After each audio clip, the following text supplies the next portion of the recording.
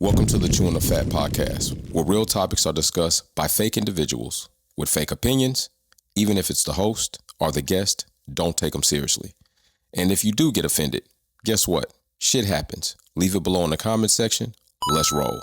What's going on, nation? We back with another Chewn podcast, and you know we are fresh into the preseason season, and we got a lot of crow pie going around for everybody. Everybody. 12. We got crow pie for your ass. You got to sit down and take it and eat it. 12. Talking about no salt, no pepper, straight. I might put some molasses on that shit. I might put some molasses. Thick. You know what I'm saying? So, but before that, man, I do got a ponderation for the nation. I know typically you had a ponderation, but I got a ponderation, man. I'm trying to figure out. I'm trying to figure out why do so many of you all, because I want to keep it in context. I don't want to exaggerate. I don't want to go like everybody. Why do so many of you think that a traffic circle is a fucking four-way stop? It's not a four-way stop. It's not a four-way. Why do so many of you think because that sign is white and red, it's a stop sign? It's a different shape. Called out. I'm trying to tell you. Listen, people, let me tell you something. When you're approaching a traffic circle, unlike a four-way stop, you know, first thing you got to do is you got to stop. So I can understand your first process of operation is don't matter what's going on in the four-way stop. I know I got to stop, then look, see who came in first, second, third, and we roll out. Let me tell you something. Your first operation of approaching a traffic circle is to see if anybody else is in the fucking circle, because if they're not, you keep fucking going. You keep going. Yo, nation, you don't stop. You don't need to slow down unless you got somebody approaching and you're not sure if you're going to be able to make it into that circle or not. Then you got to slow down and go ahead, yield away. Other than that, yo, that shit need to be flowing. I'm telling y'all would be fucked overseas because some of those traffic circles got 4, 5, 6, 8 lanes. Y'all have no clue to know what y'all. If you stopping at a traffic circle and nobody's in the circle, I'm telling you right now, fuck you. I'm telling you right now. Crazy, shit, bro. Man, that's, man, they don't read a damn thing. You know what I'm saying? Because every one of those traffic circles say yield. They don't say nothing about stop. None of that. They just say yield. You know, man, that's the deterioration of the nation. Deterioration of the nation. Hey, that's a fact, bro. That's a fact, man. Shit. Great ponderation, my brother. Man, I appreciate it, man. You know, I just came off the road, and I wanted into that so many times. I want y'all to answer that below in the comments. If you're one of those people that stop at the traffic circle, I need to know why are you stopping. I want to know why you stopped so we can help you fix that shit, because you're killing traffic. You really are fucking traffic. Them the same folk be in the left lane on 285, on 75, 85, going 55 miles an hour, holding up traffic. That is the same kind of That people. is the, I don't give a fuck about getting a ticket lane. That's like I'm taking a chance on getting a ticket in that lane. And you know what I heard, actually, I don't know if it's Texas. No, it might be Louisiana, bro. I heard that Louisiana is getting ready to enforce traffic violations for people in the far left lane impeding traffic slower than the flow of traffic. So if you're in the far left, hurry up and do it. If you're in the far left lane and you are backing up traffic, yo, you are likely going to get a ticket for impeding the flow of traffic in the far left lane. Man, that shit. Hurry up and start. Even in the state of Georgia, bro. You need to implement it. Even in the state of Georgia, they got slower traffic, keep right. Right, they tell you. They tell you this shit. They don't give a speed limit. They tell you slower traffic, keep right. If the flow of traffic in that far left lane exceeds your flow of traffic, you need to get your ass over. Point blank period. They tell you that when you're taking the driving test, my brother. Point blank period, bro. Pass on the left, drive on the right. Drive on the damn right. For real. So I'm steadily passing traffic. But we got somebody who not letting shit pass, though. We got a brother who ain't letting nothing pass. Shedeur ain't letting shit pass, bro. I got a video clip. We're going to watch it. 12 showing up. So we got a video clip. We're going to play this right here. Congratulations. Let's go ahead and play this right here, man. So first of all, I think you all remember this clip. Well, people say he throws a lot before practice and after practice. Well, how counterproductive is that? I'm sure there's a method to the madness. What is it? He's trying to get his arm right, Tone. I'm sure he's probably practiced more now than he has at any point in his collegiate career. Obviously it was counterproductive because he's got a sore arm. Okay, so you're using that as a negative against the kid? I don't understand. Jesus, God, would you give him a chance? Well, My God, because because his arm's sore? Yeah. What, that's a negative, that the kid's got a sore arm? Yes. Because he's working too hard? The hell out of here. Working against who? Get out of here. You got an agenda with that. You're going to, you know Right, what? That's going to bite you. So I'm going to tell y'all now, remember that face? Remember that face. Now, y'all already know. If you don't know, I'm telling you right now, Cleveland Browns played the Panthers and spanked the shit out there. All right, they spanked them. Now, dog walk. Now, I want you to understand the context because, like that man said, who's he going up against? That's first-team defense you playing against when you go into preseason. It's very unlikely that a team keeps their starters out on the defensive side of the ball to that degree like the offense does. I'm not saying it doesn't happen. I'm saying it's very unlikely to that degree like the offense. You might get a couple of reps, then you coming out. Patrick Mahomes get in, few reps, couple of series, then you getting out. Joe Burrow, you got like 9 series, you're not even playing a whole quarter, bro, and then you getting out. So that same guy is this same guy right here, and you got to keep the same energy, chat. Tony, I be hoping you be. Hold on. Tony, I be hoping you got something positive to say about me. You always say negative stuff about me, and I'm like, I ain't do nothing to you. No. I ain't see nothing positive that you ever say. Now that's after the game. I love how the young boy handled himself. Right. Now, I love how the young boy handled himself. I love how he handled it. And that's after the game that Shedeur went 14 for 23, 60%, 138 yards passing. Played 3 quarters. 2 touchdowns, 4 rushes for 19 yards, and played 3 quarters. 0 interceptions. No interception. 0 interception. Do you understand, chat? Now, I got a couple things to say. Where was that energy? Why the hell is Tony approaching Shedeur, who he said he ain't doing nothing, he ain't working hard, he worked too hard, he counterproductive? Who he throwing against? That's crazy. Now you see a lot of y'all motherfuckers about to be changing y'all tune. A lot of y'all already changed your tune. I watched Shedeur Sanders cards go from $35 to $200 and something overnight on eBay. What y'all changing y'all tune? I want y'all to keep the same energy y'all kept when the league was trying to suppress his market value, pushed him all the way to the 5th round. Y'all said he wasn't no good quarterback. Well, let me tell you something, man. Nation. This right here, a pure example of God to make your enemies your footstool. Oh, you know what I'm saying? Just stay true to the mission. Stay true to the mission, nation. You know, God will make your enemies your footstool. That young boy went through hell that he did not deserve. Mm-hmm. You understand? They put him out there with all intention to fall flat on his face. Facts. You understand? Totally opposite. Boy, when God got you, boy, the devil can suck a dog. I'm trying to... Hey man, that's hey. Well, that's some nasty shit right there. Y'all ain't Dan DeVille doing y'all dirty. He should do y'all dirty. Dirty is a damn dog. Yeah. And you know what's also, I got to say something else because you bring up something that I think is a point that we need to make. Right. He played him to the 3rd quarter. That's non-typical, chat. That's unreal. That's non-typical. And that still told me, even in a situation in real time, as Shedeur is proving that I was more valuable than a 5th round draft pick, that I'm better quarterback than Gabriel, who is not here, Kenny Pickett, who is not here. Joe Flacco's going to probably lead the ship because he should, the elder statement, because I have no problem with Shedeur sitting back, getting that information, getting those reps, learning, because I really think that's how rookie quarterbacks should be kind of brought into the league. They shouldn't be just thrown into the fire, right? No. But I realized, Cleveland, y'all was waiting for him to fall on his face. You don't play your quarterback, who likely might be your starting quarterback, to the 3rd quarter unless you're just, you know what, maybe he'll fall on his face and we won't look as fucking dumb. Jimmy Haslam, how's it looking now that you said you wanted no parts of Shedeur being drafted, and had they told you on Friday night or Thursday night, you would have told him it wasn't happening? I want to see how Jimmy looking today. I want to know how Jimmy Haslam's looking.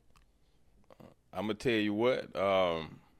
You remember what's that commercial with Herm Edwards? You know, where he said, "They are who we thought we were." who we thought they were. We are who they thought we were. Right. You know, the Browns are exactly who we thought they were. That's true. And Shedeur Sanders is exactly who we thought he was. True. You understand? And who he is and who y'all thought that he wasn't. True. You know, 12 is the truth. I'm all for the boy. Young brother, man, way to do it, man. Way to stay true. Right. Way to keep your composure. Way to walk down on that devilish dog when you saw him. Right. In the tunnel, you know, and speak to him with the authority that God placed in you, young man. Right. I like he that. approached him the right way, and I like, some of y'all might not have paid attention to it, but I like how he told his partner, like, hold on. I got this shit. Just sit back, chill out, hold on. That also shows control of people that are around you, because that shit can get you screwed too. If you got people around you that don't respect or appreciate what you have achieved, they can ruin it for you. But Shedeur let his boy know, like, hey, I got this shit. Hold on, let me do this. And he approached it the right way, handled it the right way. And that man was looking crazy. You could see on his face he was looking stupid. He felt stupid. He had nothing to say, right? And at the end of that clip, if y'all seen the whole clip, Shedeur does kind of turn it into a laughing matter, but he keeps the same word about, you still ain't said nothing positive about me. Like, I'm just trying to keep everything positive. And I like how he did that. That's how you do it. Now, it shouldn't be anything negative about how Shedeur approaches, man, because he ran it all the way right way, because he really had more leeway to take it another way. I'm not talking physical, but verbally, he could have took it another way. He could have really got nasty with that old man, and y'all would have been all in y'all feelings, all on in there talking about this, why, this, that, and he still would have been in the right. But this way, he didn't give y'all no green light. Y'all all on pause right now. Y'all all, like my bro Dan DeVille said, you can suck a dirty dog's dick right there. I'm just telling you. He got y'all looking bad right now. And I'm not saying. How did Jackson Dart do? Oh, yo, Jackson Dart. He threw a dart, but I'm just saying, you want to compare those stats, y'all? Y'all want to compare those stats? you want matter of fact, no, Dan DeVille, let's do it. Let's do it. Just curiosity, because Jackson Dart, I ain't saying he did horrible. He was so much more well prepared than Shedeur. That's the game. They said he was so much more prepared and better than Shedeur that we should see a staggering difference between the two rookie quarterbacks coming into their franchises, which, given the score with Buffalo 34-25. Okay, congratulations. Now let's look at these stats for Jackson Dart. Jackson Dart, 12 of 19, 63%, 154 yards, 1 touchdown. That's not miles better, Jack. That's 1 touchdown less. And we're talking about 3% more in completion percentage. And we're talking about 20 yards, 19 yards more. That's it. And then when we talk about rushing, when you talk about Jackson Dart, you got 3 rushes for 24 yards, 19 the longest. Where is this significant way better than Shedeur Sanders is? And I want you to also tell me what receiver on the Cleveland Browns is better than Malik Neighbors. I want you to tell me, what O-line would you prefer to be behind if you just had to pick one? If you had to pick one, which O-line? I'm probably picking New York's O-line. I'm just letting you know that right now. It's kind of in between. I really got to see what they doing for that day. Y'all, he made y'all look crazy. Matter of fact, I tell you what, let's look at another recorder. Who else do we have? We had Jalen Milroe, right? Tyler Show in New Orleans. Okay, New Orleans we could check him. Let's check his stats real quick. Saints right there. They playing right now. They're in the first, playing the Chargers. So actually, we're going to be ready in a little bit to get off here and watch that game. Right. Now, Cam Ward was looking good, but they did get stumped by the Tampa Bay Buccaneers. Shout out to Tampa Bay handling business. But Cam Ward went 5 for 8, 62%, 67 yards, no touchdowns. That's enough. Cam was supposed to be the number 1 quarterback. Number 1 draft pick. Now, keep in mind, probably going to get Cam out of there immediately, which I believe that I don't even think he played beyond the first quarter. He played for a few series and then take him out of there. But Cam did. Now, I know he didn't have touchdowns, but he looked good.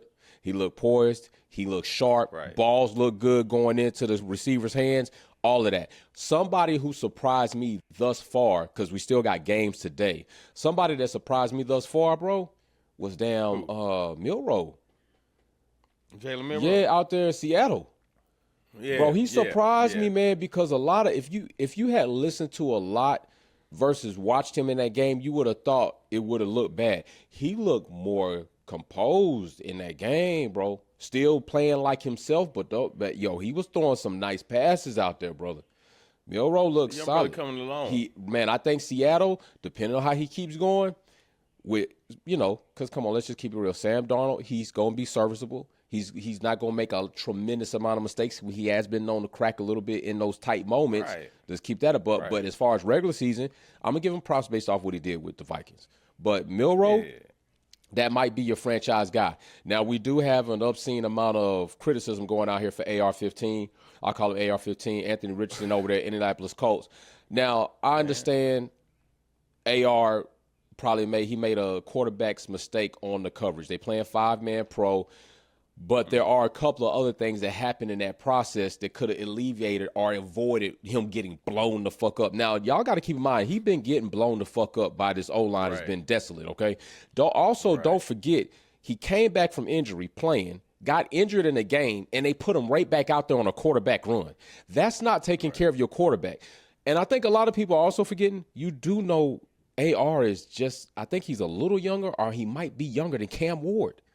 He's young. He only, like 21, bro. 21. Yeah. They took him on as a project, y'all noticed. So for all this flack that y'all giving this young man, it's kind of a little bit double standard to me. When he's younger, he's younger than some of the quarterbacks you got coming in as rookies this season. Now. And he's been getting blown up. The O-line has not been great. He does have to do better with learning, studying, and doing better with his processes. But this is a project you already knew. You can't tell me that you believe in damn Daniel Jones. What are you going to Daniel Jones.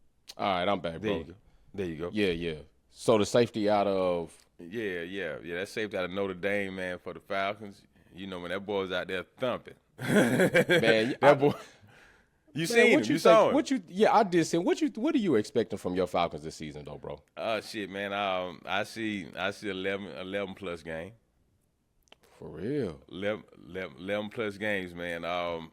The Falcons got a secondary for your ass.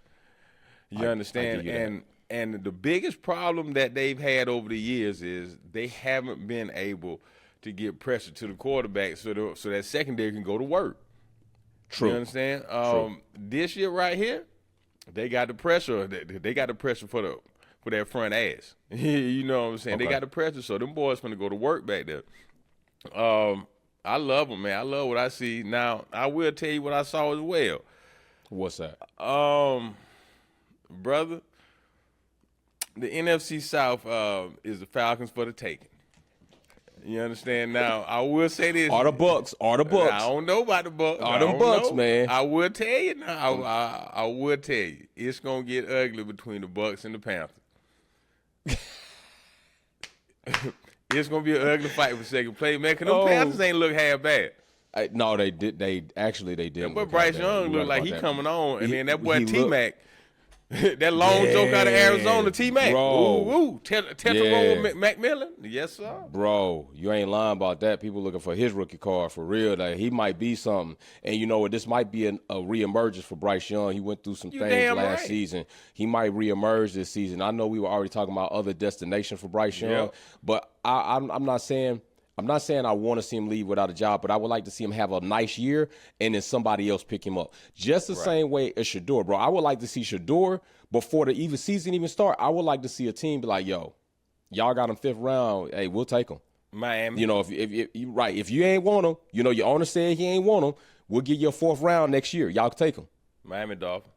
Miami Dolphins. That's the place I like to see we already him. talked. That's, man, when you put him out there with Water and with Tyreek Hill, man, Gesicki, come on, bro. Come on, man. A-Chain, come on, bro. What are we talking about? We might, man. Right? We talking about Super Bowl contender. Bro, that could be nasty right there, bro. And they got Mika in the secondary. And they're a young, fast team, bro. They're a young, fast team all the way around. They got the coach, Mike McDaniel. And they got the coach. Young coach. Right. And they got the coach. I like that option, bro, that you had brought up last time we talked about it. That's a good option. Well, anyway, hey, y'all, listen, I know y'all got games. I know you're watching games. The preseason is still on. The regular season is soon to come. Fantasy drafts are happening around the nation. We already drafted in our fantasy. Yes, sir. I want to know what you think about Shedeur. I would like to know some options. If you think Shedeur should stay with Cleveland, if they're going to let him go, who would you like to see him go to? And if they are going to keep him, what do you expect out of him? I'm not saying Hall of Famer right now. I'm not even saying great. I'm saying a solid, good quarterback that is on his way to make his own lane and legacy is ahead of him. That's what I'm saying. And I'm going to tell you what I'm saying. What you got, Dan DeVille? What you got? Nation, I'm going to tell you what I'm saying. Nation, don't tell me I was right. Say you was wrong.